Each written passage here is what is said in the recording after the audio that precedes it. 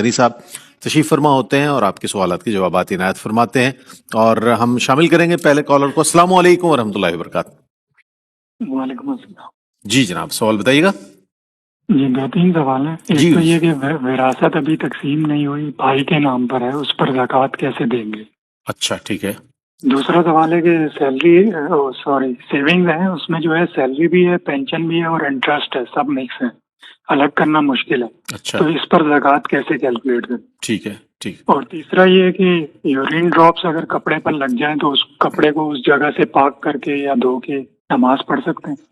ٹھیک ہے جناب، بہت شکریہ۔ ایک اور کالر ہے ہمارے ساتھ۔ السلام علیکم۔ وعلیکم السلام۔ جی جناب۔ میں کراچی سے بات کر رہا ہوں۔ مجھے یہ پوچھنا ہے کہ اسٹیٹ بینک نے 40,000 روپے والا جو میننگ بانڈ نکالا ہے اس کے اوپر وہ کچھ انٹرسٹ دے رہے ہیں، تو آیا یہ انٹرسٹ لینا مقصد صحیح ہے یا غلط؟ ٹھیک ہے جناب، شامل کرتے ہیں آپ کے سوالات کو۔ بہت شکریہ۔ جی بس بسم اللہ الرحمن الرحیم۔ دیکھیں، جب تک وراثت تقسیم نہیں ہوگی اس پہ زکوٰۃ نہیں بنے گی، ٹھیک ہے۔ کیونکہ جب وہ قبضے میں آئے گی، قبضے میں آنے کے بعد پھر زکوٰۃ کا سال ختم ہوگا تو زکوٰۃ بنے گی، ابھی نہیں ہوگی۔ اور اگر کسی جگہ پر سیلری، پینشن وغیرہ سب جمع ہوتی ہے تو پینشن جو ہے جب تک آپ کے قبضے میں نہیں آئے گی وہی وراثت والا حکم ہوتا ہے، لیکن اگر سیلری کو ڈیڈکٹ ہوئی ہے تو اس پر زکوٰۃ بنتی رہے گی، چاہیں تو ابھی ادا کرتے رہیں، جب زکوٰۃ ملے گی اس وقت ادا نہیں کرنی ہوگی، جب سیلری ملے گی اس وقت ادا نہیں کرنی پڑے گی، اور چاہیں تو حساب کر کے رکھیں، جب سیلری پوری حاصل ہو جائے اس وقت اس تمام سالوں کی زکوٰۃ نکال لیجیے گا۔ اور یونٹ ڈراپ اگر کپڑے پہ لگ جائے تو بس اتنی جگہ پاک کر لیں، اس کے بعد پورا کپڑا تو پاک ہوتا ہے، اس میں بالکل آپ نماز ادا کر سکتے ہیں۔ اور 40 والا بانڈ یہ خریدنا صحیح نہیں ہوتا کیونکہ اس پہ انٹرسٹ مل رہا ہے، اور اس میں اگر آپ خریدتے ہیں تو ایک سودی معاہدے میں خود بخود شامل ہو جاتا ہے، تو اس لیے اس کو نہ لیں، یہ مناسب نہیں ہے۔ ٹھیک ہے، کالر ہے ہمارے ساتھ۔ السلام علیکم۔ السلام علیکم۔ ٹھیک ہے، اچھا مصعب یہ بھی فرمائیے گا کہ جو حالت سفر میں ہوتے ہیں ٹرین میں، نماز کے اوقات آ جائے اور اس وقت اتنا وقت کم ہو تو کس سمت کا تعین کیا جائے؟ ٹرین میں انہوں نے سوال یہ کیا تھا، تو کچھ فرمائیے گا۔ یہ میں بھی عرض کرتا ہوں، ایک ذرا خواتین نے کافی کوشچن کیا تھا، وہ میں لے لوں، کہ وہ کہہ رہی تھی کہ کچھ عورتیں ہیں جو تراویح کی جماعت اب قائم کر رہی ہیں باقاعدہ، اور ان میں امام کھڑی ہوتی ہے تو وہ اگر قائم کریں تو کیسے کریں، کر سکتے ہیں کہ نہیں، اور امام کہاں کھڑی ہو، اور جو تسبیحات پڑھتی ہیں صرف امام پڑھے گی یا مقتدی حضرات بھی پڑھیں گے؟ اچھا، دیکھیں، فقہ حنفی کی روشنی میں عورتوں کا اپنی جماعت قائم کرنا بھی مکروہ تحریمی ہے، یعنی یہ گناہ کی صورت ہوتی ہے۔ ہاں، اگر کہیں پر امام صاحب ہیں اور مرد عورت دونوں پڑھ رہے ہیں اور سیپریٹ جگہ ہے جیسے باہر کے ملکوں میں ہوتا ہے تو وہاں ہماری بہنیں جا سکتی ہیں، منع نہیں ہے، لیکن صرف عورتیں سخت ضرورت کے بغیر اس طرح تراویح کی جماعت قائم نہ کریں۔ بہرحال اگر قائم ہو رہی ہے تو عورت مردوں کی طرح آگے نہیں کھڑی ہوگی، وہ اسی صف میں کھڑی ہوگی، بس تھوڑا سا ایک بالش گویا کے آگے، اور تسبیحات اپنی اپنی پڑھیں گے۔ اچھا، جو امام ہے وہ بھی سری طور پہ تسبیح پڑھے گی، قرات جو ہے اگر رات میں ہے تو جہر سے پڑھے گی، دن میں ہے تو سری ہوگی، اور عورتیں اپنی تسبیحات پڑھیں گی۔ بعض اوقات امام جو ہے بلند آواز سے پڑھ دیتی ہیں کہ بھی عورتوں کے لیے بھی کافی ہے، ایسا نہیں ہے، ان کی پھر یہ سنت ادا نہیں ہوگی۔ ٹھیک ہے، اچھا ایک اور کالر ہے ہمارے ساتھ۔ السلام علیکم۔ وعلیکم السلام۔ جی فرمائیے، سوال بتائیے۔ میرا سوال ہے کہ کیا بھتیجے کو زکوٰۃ دے سکتے ہیں اس کی یونیورسٹی کی فیس دینے؟ ٹھیک ہے ٹھیک ہے، شامل کرتے ہیں۔ ایک اور کالر ہے۔ السلام علیکم۔ وعلیکم السلام، میری آواز آ رہی ہے؟ بہت اچھی طرح آ رہی ہے، آپ سوال بتائیے۔ ہاں، میرا سوال یہ ہے، سجدہ سال کیسے کیا جاتا ہے، اس کا طریقہ بتائیں اور کیوں کیا جاتا ہے۔ میرا دوسرا سوال یہ ہے کہ میرے دانت سے خون نکلا، اندر نہیں گیا، روزے پہ اثر ہوا یا نہیں؟ ٹھیک ٹھیک، شامل کرتے ہیں، بہت شکریہ۔ جی صاحب۔ جی، بھتیجے کو زکوٰۃ تو دے سکتے ہیں، لیکن صرف دنیاوی تعلیم کے مصرف کے لیے دینا یہ تھوڑا قابل توجہ ہے، کیونکہ زکوٰۃ کا مصرف اصل میں یہ ہے کہ غریب کی غربت کو دور کیا جائے، جو مزاج رسول ہے وہ یہی ہے۔ تو ایسے گھر کے بہت سے افراد ہیں جو بیچارے واحد کفیل ہیں اور گزارا نہیں ہو رہا، کوشش کریں ان کو دیں۔ فیسز وغیرہ کے اندر آپ دے، مطلب مالک بنا دے تو جہاں پہ بھی استعمال کرے، لیکن بہرحال دنیاوی تعلیم کے لیے زکوٰۃ دینا جبکہ غریب بھی موجود ہوں رشتہ دار، مناسب نہیں ہوتا۔ سجدہ صاحب جو ہے واجب کے ترک پر سجدہ صاحب ہوتا ہے، جب آدمی بھولے سے کوئی واجب ترک کر دیتا ہے تو سجدہ صاحب لازم ہوتا ہے، اور اس کا طریقہ یہ ہے کہ قاعدہ اخیرہ میں بیٹھ کر اتحیات پڑھنے کے بعد صرف سیدھی طرف سلام پھیریں گے، پھر سجدہ صاحب یعنی صاحب کے 2 سجدوں کی نیت سے 2 سجدے کریں گے، پھر بیٹھیں گے، دوبارہ اتحیات پڑھیں گے، درود شریف دعا اور سلام پھیر دیں گے۔ اور دانت سے اگر خون نکلا لیکن حلق سے نیچے نہیں اترا تو اس سے روزے پہ کوئی فرق نہیں پڑے گا، روزہ قائم رہے گا۔ ٹھیک ہے، وہ ٹرین میں نماز پڑھنے کا جو سوال تھا ٹرین میں جو ہے دیکھیں اگر تو یقین ہے کہ اسٹیشن آ جائے گا اور نماز کا وقت بھی باقی رہے گا تو انتظار کرنا واجب ہے کہ اتر کر ہی نماز پڑھنی چاہیے.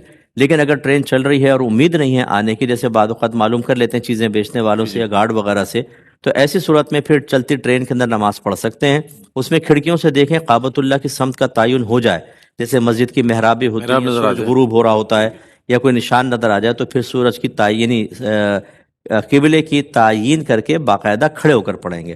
لیکن کسی ایسی جگہ سے اگر ٹرین گزر رہی ہے کہ تعین ہی نہیں ہو رہی تو پھر وہ استقبال قبلہ ساقط ہو جائے گا. پھر تحری ہوتی ہے تحری. کہ دل سے سوچیں کس طرف قبلہ ہوگا، جہاں دل گواہی دے وہیں پر ہوگا.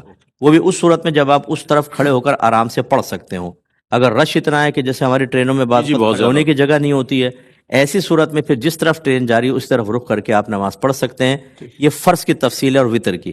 سنن نوافل کے اندر تو جس طرف ٹرین جاری ہو اسی طرف رخ کر کے آپ پڑھ سکتے ہیں اور بیٹھ کے پڑھ سکتے ہیں. اس میں کوئی استقبال قبلہ کی تعین لازم نہیں ہے، کیونکہ حدیث میں ہے کہ نبی کریم سنن نوافل سواری پر ہی ادا کر لیا کرتے تھے جس طرف سواری جا رہی ہوتی تھی. لیکن فرائض کے لیے استقبال قبلہ کا تعین یا اہتمام کرتے تھے. تو یہ بس تھوڑا سا اہتمام دیکھ لیں تو انشاءاللہ سب.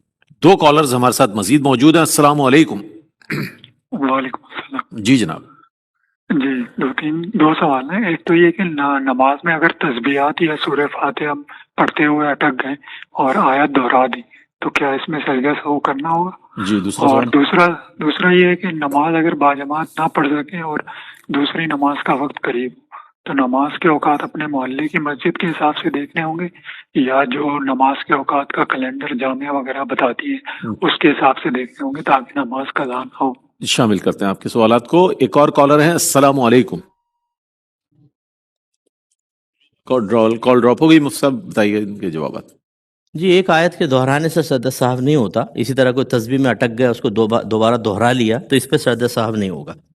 اور اوقات کے جو کیلنڈرز ہوتے ہیں نماز کے اگر مستند ہے قابل اعتماد ہے تو اس کے اوپر آپ بالکل اعتماد کر سکتے ہیں. مسجد کی اذان کا یا مسجد کے اندر جو ٹائم لکھا ہوا ہے اسی کو فالو کرنا کوئی لازم نہیں ہوتا.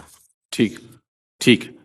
اچھا اس صاحب یہ بھی سوال آیا تھا کہ جب ہم بغیر سحری کا روزہ رکھ لیں تو کیا وہ روزہ ہو جاتا ہے یا سحری کرنے سے زیادہ ثواب ملتا ہے؟ اس کے حوالے سے بھی کچھ فرمائیے. جی سحری دیکھیں ایک تو ہوتا ہے کہ دیر سے آنکھ کھلی، بالکل چند سیکنڈ باقی ہیں، سحری کا موقع ہی نہیں ملا تو پھر روزہ رکھنا تو فرض ہی ہوگا. ٹھیک ہے، سحری رکھنا کا کھانا کوئی واجب نہیں ہے، سنت کریمہ ہے. لیکن اگر سحری کا وقت موجود ہے پھر کوئی کہے چلو میں بغیر سحری کے رکھتا ہوں شاید زیادہ ثواب ملے گا، نہیں بلکہ سحری کر کے روزہ رکھنے کا زیادہ ثواب ہے، کیونکہ سحری کھانا سنت کریمہ ہے، روزہ رکھنا فرض ہے تو سنت بھی ادا ہوئی اور فرض بھی ادا ہوا.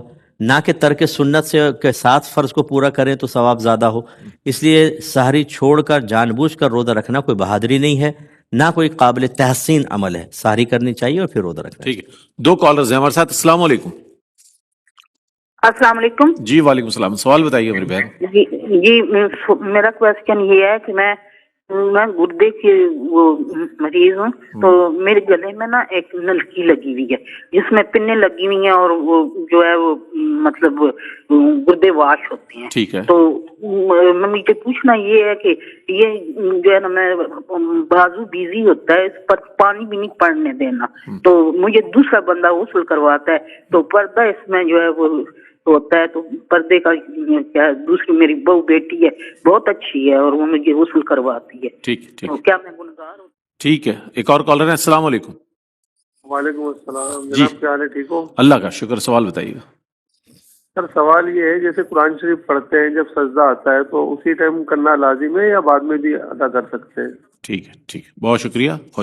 جی صاحب کیا فرمائیے گا ڈائلیسس والا سوال؟ جی ہاں، جو خاتون نے بیان فرمایا یہ احکام شریعت میں بھی کویشچن کرتی رہتی ہیں تو بالکل جیسے ان کے ساتھ چونکہ شرعی عذر ہے، خود ایک ہاتھ سے جب یوز نہیں کر سکتی تو اگر کوئی بہن بیٹی ہے ان کو غسل دیتی ہیں تو اس میں کوئی حرج نہیں ہے. حتی الامکان کوشش کریں کہ ستر ڈھک کے رہے. جیسے مردے کو غسل دیتے ہیں تو ستر ڈھک دیتے ہیں، باقی بدن پہ پانی بہاتے ہیں اور ستر کے اوپر بغیر دیکھے پانی بہاتے ہیں. اسی طریقے سے وہ بچیاں کر لیں. ناف کے نیچے سے لے کر گھٹنے کے نیچے تک کا حصہ یہ ستر کہلاتا ہے. عورت کے لیے اس حصہ بدن کو دوسری عورت کے سامنے بھی چھپانا واجب ہوتا ہے. باقی وہ غسل دے لیں اور اتنے حصے پر کوئی چادر وغیرہ ڈال کر ویسے ہی پانی ڈال دیں، دیکھیں نہیں اس کی طرف، تو بالکل کوئی اس میں حرج نہیں ہے اور گناہگار نہیں ہوں گے. دیکھیں اگر آیت سجدہ تلاوت کی تو دیکھیں گے کہ نماز میں کی ہے یا خارج نماز کی ہے. اگر تو نماز میں کی ہے تو فوری سجدہ واجب ہوتا ہے، اس میں تاخیر گناہ ہے. اور اگر خارج نماز ہے ویسے آپ تلاوت کر رہے ہیں تو فوری واجب نہیں ہے، مستحب ہے، کر لیں گے اچھا ثواب ملے گا، ورنہ آپ بعد میں بھی کر سکتے ہیں اور بالکل گناہ کے بغیر کر سکتے ہیں۔ ٹھیک ہے، کالر ہیں، السلام علیکم۔ وعلیکم السلام۔ جی سوال بتائیے۔ جی سر، میں نے سوال پوچھنا ہے کہ مکروہ ٹائم میں جو سجدہ تلاوت ہے وہ ہم کر سکتے ہیں اس کے لیے؟ ٹھیک شامل کرتے ہیں۔ جی قبلہ کیا فرمائیے گا؟ جی کر سکتے ہیں، نماز کی ممانعت ہے لیکن بہتر ہے کہ نہ کریں، اسی لیے علماء نے فرمایا کہ مکروہ اوقات میں تلاوت بھی نہ کریں، بہتر یہ ہے، لیکن اگر کر لیتے ہیں اور آیت سجدہ پڑھ لی تو اس میں اگر کر لیتے ہیں سجدہ تو کوئی حرج نہیں ہے، بہتر ہے کہ چلیں بعد میں کر لیں، کیونکہ فوری طور پہ کرنا تو لازم بھی نہیں تھا، لیکن اگر کر لیں گے تو گناہ گار نہیں ہوں گے۔ ہاں نماز اس وقت میں پڑھنا سرکار نے منع فرمایا، نماز کا سجدہ کرنا گناہ کا باعث بنے گا۔ ٹھیک ہے، کالر ہیں ہمارے ساتھ، السلام علیکم۔ ٹھیک ہے موسیٰ، آپ کے پاس جو سوالات آن لائن ہیں میں چاہتا ہوں ان میں سے بھی کچھ جی، ایک بہن نے کویسچن کیا تھا کہ ان کے شوہر جو ہیں بڑے غصیلے قسم کے ہیں، تو حالت روزہ کے اندر اگر کھانے میں نمک تیز کم ہو جائے تو اس پر بھی غصے کا اظہار کرتے ہیں، تو اب وہ کیا کریں کہ وہ کھانا بناتی ہیں تو کیا تھوڑا بہت وہ چکھ سکتی ہیں کہ نہیں؟ تو یہ یاد رکھیں کہ چکھ سکتی ہیں لیکن اس طرح کے حلق سے نیچے کچھ نہ اترے، صرف زبان پہ رکھ کے ذائقہ وہ دیکھ لیں، اور عورتوں کو اندازہ ہوتا ہے کہ اس سے بس اندازہ کر سکتی ہے، پھر اس کو تھوک دیں فوراً اور کلی کر لیں، حلق سے نیچے نہ جائے تو اس کی گنجائش ہوتی ہے۔ ٹھیک، کالر ہے، السلام علیکم۔ جی وعلیکم السلام۔ جی جناب۔ جی سگی بہن کے بیٹی کی شادی ہے، ان کی سعادت نہیں ہے تو ان کو زکوٰۃ دے سکتے ہیں؟ ٹھیک ہے جناب، شامل کرتے ہیں۔ ایک اور کالر ہیں، السلام علیکم۔ وعلیکم السلام۔ جی جناب۔ میرے دو سوال ہیں، پہلا سوال میرا یہ ہے کہ امیر کی اطاعت کہاں تک لازم ہے؟ ٹھیک ہے، میں اس کی مطلب باریکی میں نہیں جاتا لیکن کہاں تک ہم اس کی بات مان سکتے ہیں؟ دوسرا میرا یہ سوال ہے کہ ہمارے پڑوس میں کرسچن رہتے ہیں تو ان کے گھر فوتگی وغیرہ بھی ہوتی ہے تو ہم ان کے گھر کوئی کھانے پینے کی کیا بھجواتے ہیں، کہا یہ ٹھیک ہے یا غلط ہے؟ ٹھیک ہے جناب، شامل کرتے ہیں۔ اچھا، پہلا امیر کی اطاعت، دیکھیں امیر کی اطاعت واجب جی کس حد تک کرنی چاہیے؟ جی بالکل، تو جب تک دائرہ شریعت کے اندر ہے امیر کی اطاعت جائز ہے۔ اب دائرہ شریعت کیا ہے یہ عمومی طور پر عوام کو پتہ ہی نہیں ہوتا، اور وہ پھر سنی سنائی بات کے اوپر بعض اوقات یہ کہتے ہیں کہ شاید یہ کوئی غلط حکم دیا گیا ہے، اس کے اوپر وہ فیصلہ کرنے کی کوشش کرتے ہیں، تو یہ لوگوں کی رائے کا اعتبار نہیں ہوتا۔ اس میں بہتر یہ ہے کہ اگر کوئی دل میں بات کھٹکتی ہے تو مستند مفتیان کرام سے تصحیح کی جائے کہ بھئی کیا ایسا مسئلہ ہے، مجھے ایسا محسوس ہو رہا ہے، پھر وہ اس کی روشنی میں بتاتے ہیں، کیونکہ بعض اوقات ایسا ہوتا ہے کہ بعض احکام ایسے ہوتے ہیں جو بظاہر شریعت سے متصادم ہوتے ہیں لیکن وقت کی ضرورت ہوتے ہیں، جیسے مثال کے طور پر مالی جرمانہ یہ منع ہے، منسوخ ہو چکا ہے، اور اعلیٰ حضرت نے فرمایا کہ منسوخ پر عمل کرنا حرام ہوتا ہے، لیکن بعض صورتوں میں اگر گورنمنٹ مالی جرمانہ عائد نہ کرے تو لوگ کبھی بھی وقت کے اوپر کوئی چیز ادا نہیں کریں گے۔ مثال کے طور پہ یہ الیکٹرک کے بل ہی آپ دیکھ لیں، آفٹر ڈیو ڈیٹ چونکہ پینلٹی لگتی ہے تو لہٰذا وقت پر جمع کروا دیں گے، اور اگر یہ ہٹا دیں آپ شیخ کہ آفٹر ڈیو ڈیٹ اتنا جرمانہ ہوگا، کوئی وقت پہ ادا کر دے تو اس طرح سگنل توڑنے پر جو یہ چالان ہوتا ہے یہ بھی ایک مالی جرمانہ ہے،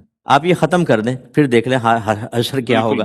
اس لیے بعض اوقات ایسا ہوتا ہے کہ کچھ چیزیں جو ہمیں بظاہر خلاف شرع یا شریعت سے متصادم نظر آتی ہیں اس میں بھی ہمیں پہلے علماء کرام سے معلوم کرنا چاہیے کہ کیا یہ دائرہ شریعت میں حالات کے اعتبار سے آ چکا ہے کہ نہیں، جو بظاہر مخالف نظر آ رہا ہے۔ اس کا مطلب اس میں بڑی ڈیپتھ ہے، گہرائی ہے، خالی یہ نہیں ہے کہ آپ کوئی بھی چیز اپنے ذہن میں رکھ کر کسی بھی امیر کی کسی بھی شعبے کے اندر مخالفت شروع کر دیں، اس سے فتنہ فساد پیدا ہوتا ہے۔ میں آپ کی خدمت میں ایک سوال پیش کر دیتا ہوں جی، اور پھر اس کا دو کالز لیتے ہیں۔ انہوں نے بھائی نے سوال یہ کیا تھا کہ ہمارے پڑوس میں کرسچن کمیونٹی سے تعلق رکھنے والے لوگ رہتے ہیں، تو کیا ہم انہیں کھانا بھجوا سکتے ہیں یا ان کی ظاہر ہے کہ معاملات میں تقریبات میں شرکت کر سکتے ہیں؟ سوال دیکھیں، غیر مسلمین سے دوستی کرنا منع ہوتا ہے۔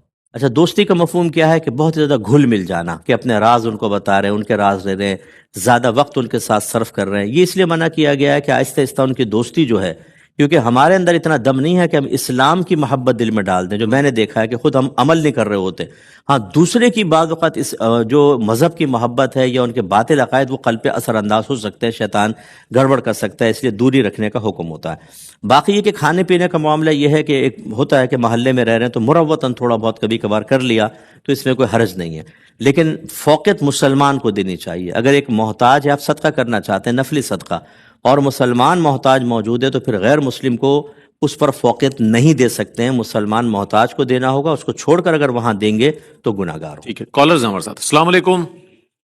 وعلیکم السلام۔ جی جناب۔ یہ پوچھنا تھا کہ کیا بیعت کرنا یا ہونا ضروری ہے؟ ٹھیک ہے، ضرور شامل کریں گے. ایک اور کالر ہے. السلام علیکم. السلام علیکم. ہیلو السلام علیکم. جی وعلیکم السلام. سوال بتائیے گا. میں پوچھ رہی تھی کہ روزے کی حالت میں میاں بیوی ملنا آپس میں اور اگر کوئی ساتھ ہو. نہیں سوال آپ کا سن سکے. جی صاحب.